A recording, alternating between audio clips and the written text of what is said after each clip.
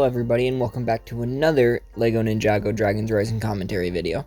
Today in this video I will be diving into some of the small details I've noticed while watching Dragons Rising Season 3 Part 1 Episode 2. I will also be reviewing the video and sharing some of my opinions about some of the features and things that happen in it. I'll also be sharing some of the details I caught while watching at 0.25 speed. That is the whole purpose of this video, and at the end of the video I will rate the video based on my very own Ninjago scale. I'm also working on a ranking list of all the previous episodes, and I will hope to have that uploaded soon. That way I can update it with each new released episode. Anyway, let's get into the video.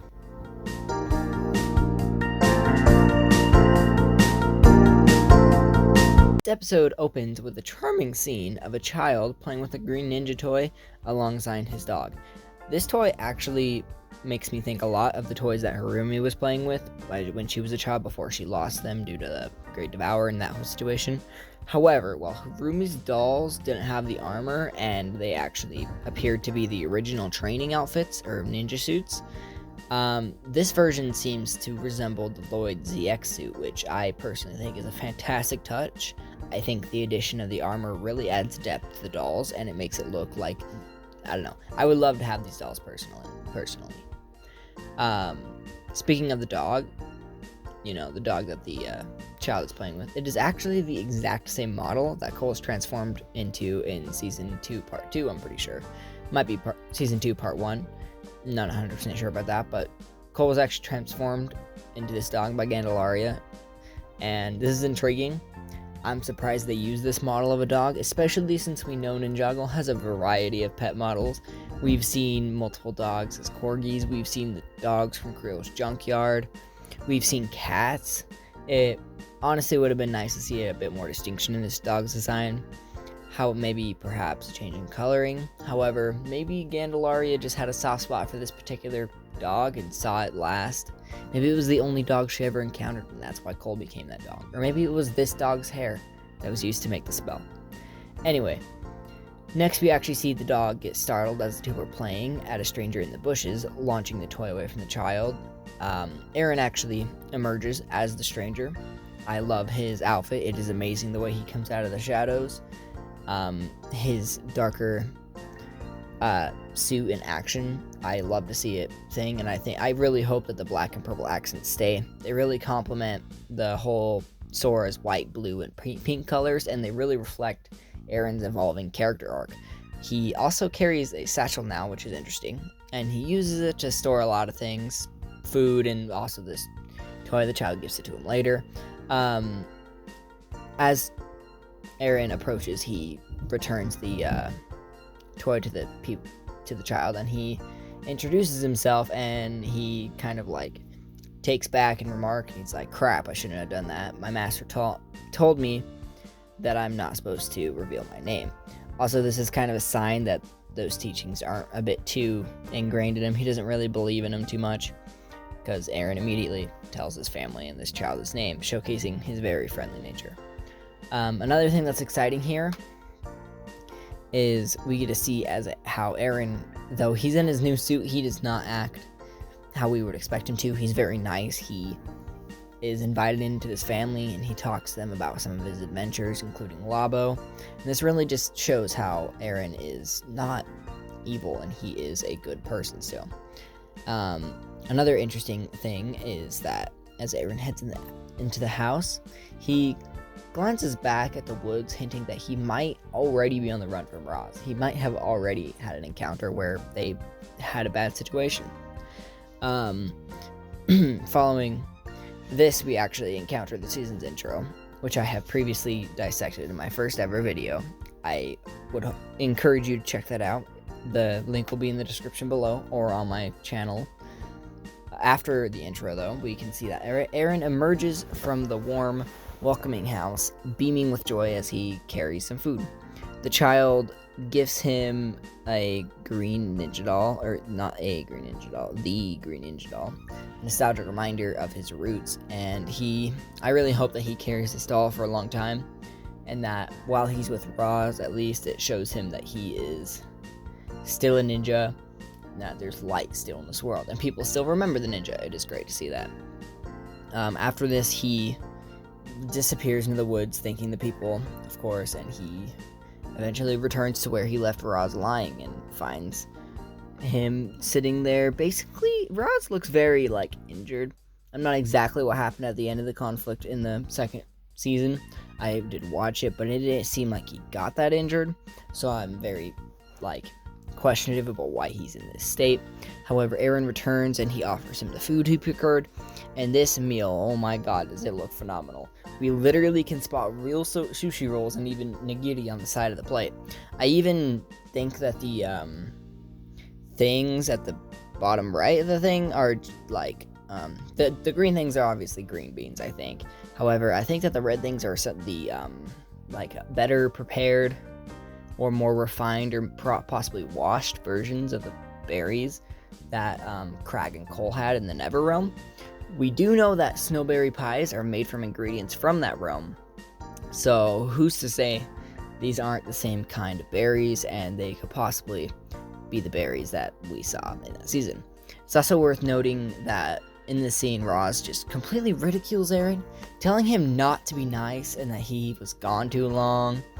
It is honestly a humorous dynamic given their contrasting attitudes.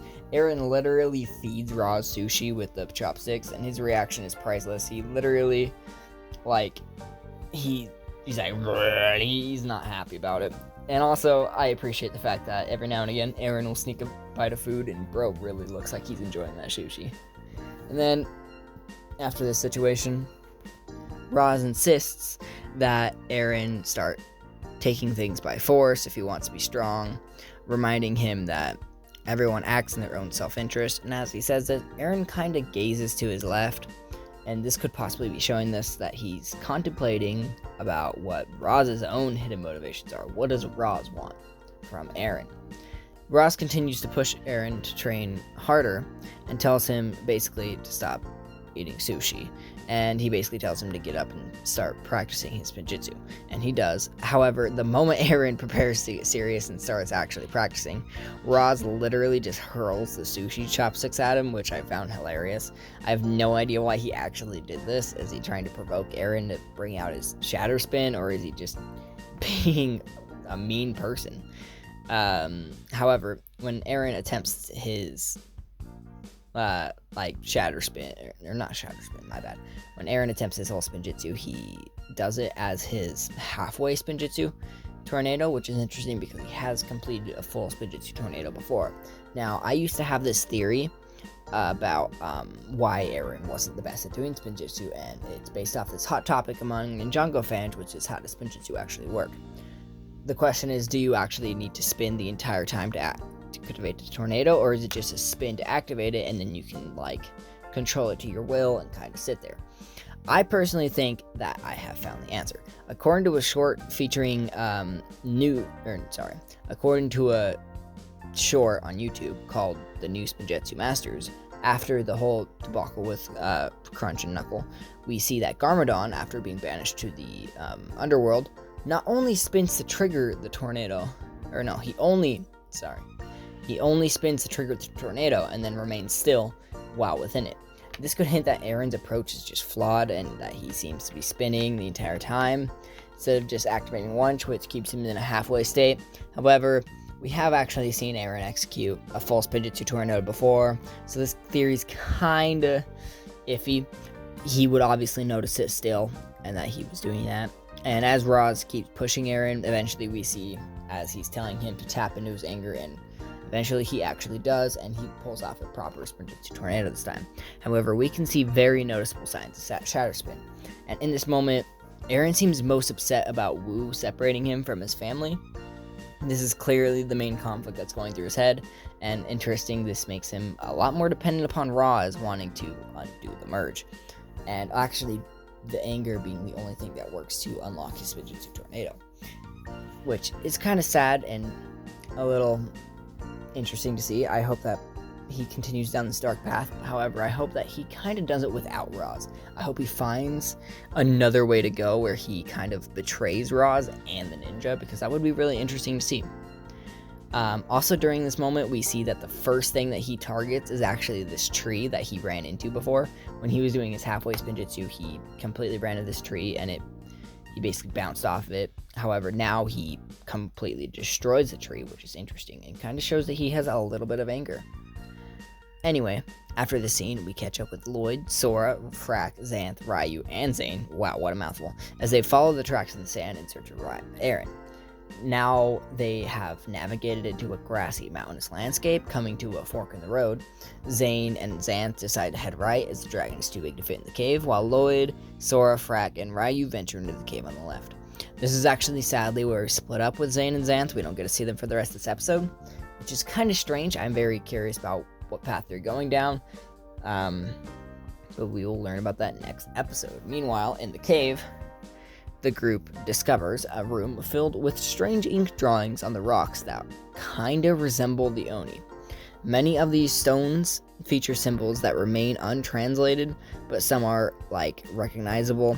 Notably, one of the slabs depicts dragons, two dragons sitting on either side with these weird flags surrounding this area, and these possible, maybe, crowns. And this is possibly perhaps hinting towards a map or some kind of hierarchy, hinting that the dragons encroached on someone's territory. Also, as we move up the slabs, more symbols emerge. Maybe one day we will actually be able to translate these. However, strangely, we are not. And sadly, I'm surprised, honestly, that no Ninjago fan has actually found a way to translate these before. However, strangely, one of the depictions at the top seems to show an Oni Omega. We can actually see a couple of these however, this one has a wide mouth full of teeth, a variation which we haven't seen before. And it's possible that this represents a strong Oni warrior, suggesting a hierarchy within the Oni race, with the Omegas at the top. Frack also mentions that the symbols remind him of those from his research books, hinting that he has delved possibly into the Oni history of Ninjago. Continuing further, they encounter another depiction of another Mega-type Oni. However, when the group stumbles upon another cave, they decide to make their way out of the cave. I would like to also hint that these crowns very seemingly I feel like they resemble, I think that these crowns represent some sort of Omega or possibly Oni warlord. We can see that the depiction of the Oni Omega at the top of the screen has right underneath of it this sort of crown symbol, which possibly hinting that this is a representation of that. We can also see some below and some on these separate pillars, which also has another Omega Oni warlord. This could just be different groups of Oni. Possibly this is a little scout group that was sent out to go fight the dragons. Possibly this was the place that they had homes. Maybe they had dragon statues. Maybe they had dragons on their side. I'm not too sure what these two dragons are, but meanwhile, as the group decides to leave the cave, however, while making their way through it, they come to this group of rocks which they could not fit through, and Frack accidentally causes a earthquake a cave-in in order to get through it. And I must say, I kind of hate this scene. If the cave was too small for even a serpentine to traverse who was bragging about making it through tight spaces, how on earth would Aaron have made it through? They're literally said to be the same age, being children that grew up together, and it would make no sense that Aaron would have gone through. However, yet they continue and end up falling into a hole. And Ryu, once again, has to save the day. Honestly, another reason why I hate this scene is it gives me such anxiety. This poor dragon man running through this cave almost gets crushed the entire time. And it's whoa, I get such anxiety. And they're talking about how it's hard to fit through. Bro is much bigger than them. He's a dragon. Anyway, next we get to check in with Kai, Wildfire, and Nia as they are on their search for Jay. In a brief of boredom, Wildfire and Kai are kind of just throwing rocks and blasting with fire. However, Wildfire receives a Rainbow Dragon letter from Roby. It's honestly quite amusing to see the ninja using these vibrant messages now. I can't help but hope that one day Roby allows them to use them for long distance communication across the merged lands. It could be very helpful. And can you imagine if they sent one to someone completely oblivious that they even used them, like Garmadon? He just gets a letter from Lloyd telling him Happy Father's Day, and he thinks it's an invitation from the tournament, and then he's just God damn it, it's just Lloyd. Anyway, that's kind of the whole, and entire gravity of this scene, except they do talk about Jay and how he's hard to find. And we actually get to see why he's hard to find here later in the episode. But meanwhile, Lloyd wakes up in a strange bed. He is confused and found himself surrounded completely by these dragon-like beings called the Dragonians, who populate the first realm.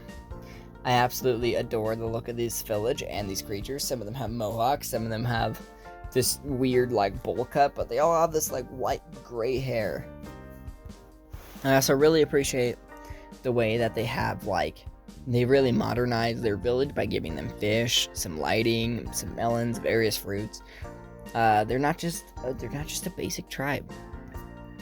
But eventually a Dragonian in golden armor approaches Lloyd, presenting him something to heal his injured arm, along with a bowl of mysterious food that looks like asparagus or wheat. I'm really hoping that's asparagus.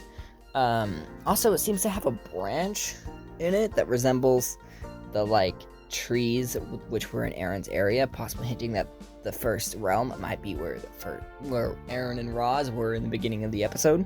Also, as Lloyd drinks the food, he seems to smile, clearly enjoying it, so it can't be that bad.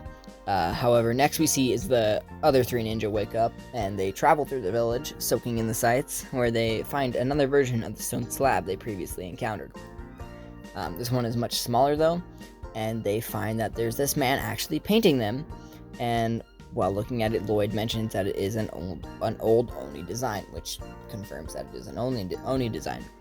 And then Frack, once again, reiterates having read about them, implying that his book discussed Oni history, and Sora raises the question why the war between the Oni and the dragons occurred in the first place. This, of course, is a great question, and probably one of the biggest questions in Ninjago.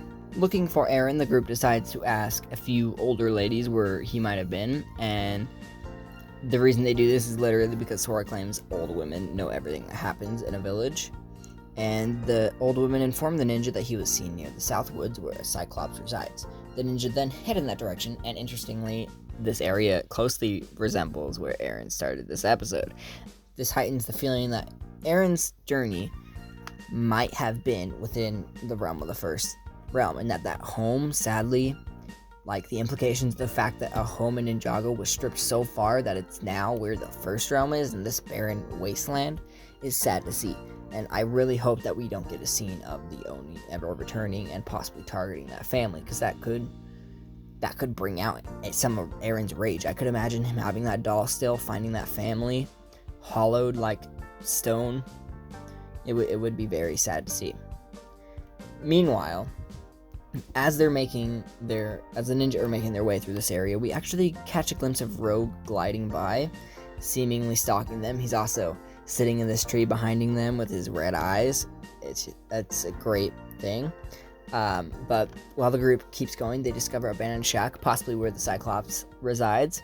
It has jewels of fire and some bone decorations in the trees. Also, there's a strange box that resides by this tree. However, when they encounter the Cyclops, he has blue skin, single eye, because he's Cyclops, and he seems to be covered in robes, which indicates he might have escaped from somewhere. He also really seems to have that, like, typical stereotype Cyclops behavior. He literally says, "Don't stereotype Cyclops," but he's a very very stereotype. After this, we get to see a great fight scene between the ninja and the Cyclops with a strange dragon spinjitzu that seems to be unique to the first realm. Lloyd mentions that it feels weird. However, Rogue really remains on the sidelines, just kind of observing the fight.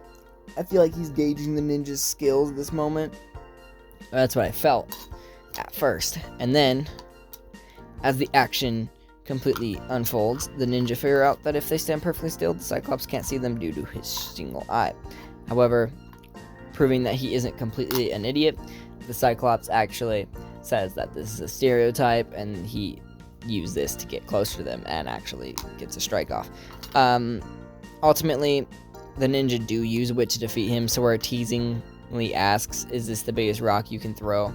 And this ends up causing the Cyclops to pick up such a big rock that he can't hold it above his head, and he drops it, and he knocks himself out, defeating the Cyclops. After defeating him, though, Rogue swoops down from a rock and snatches this mysterious golden goblet, which was in the jewels, which has tusks and red eyes.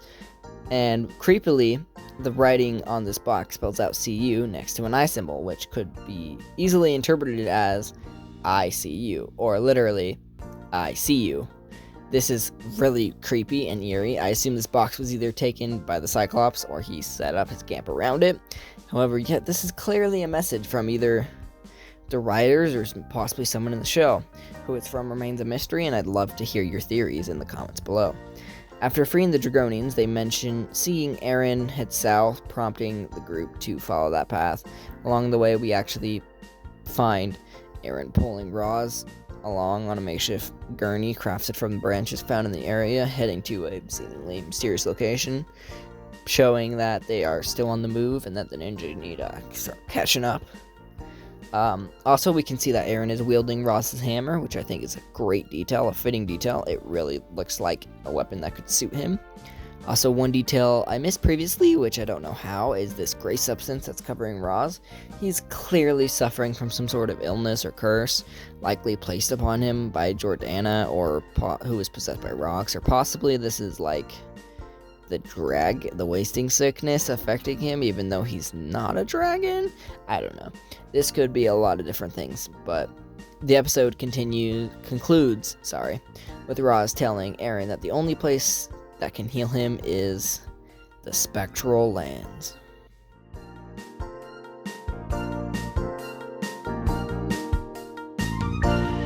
Honestly, I'd rate this episode an 8 out of 10.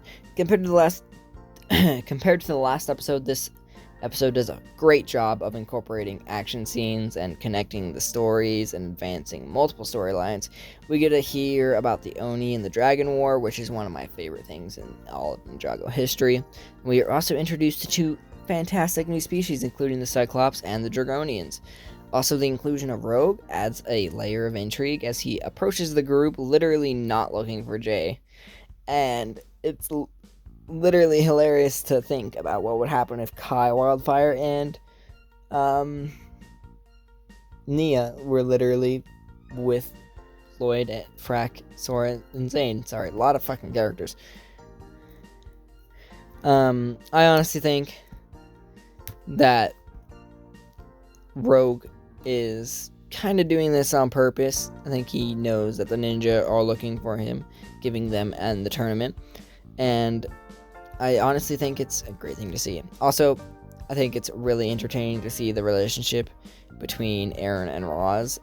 Their differing viewpoints is just so entertaining, and I really predict that Eren's path may lead him to become one of the best ninjas ever, going down this darker path, leading to seeing the more dark things in the universe. I also found myself completely enthralled during the first watch. Each twist and revelation kept me on the edge of my seat, eagerly anticipating what comes next, particularly as we venture into the Spectral Lands, which is likely what remains of the Departed Realm. I am really excited for that. Thank you so much for watching. Feel free to drop any theories, headcanons, or details I may have missed in the comments below. Have a wonderful day, and I hope to see you back for our next video.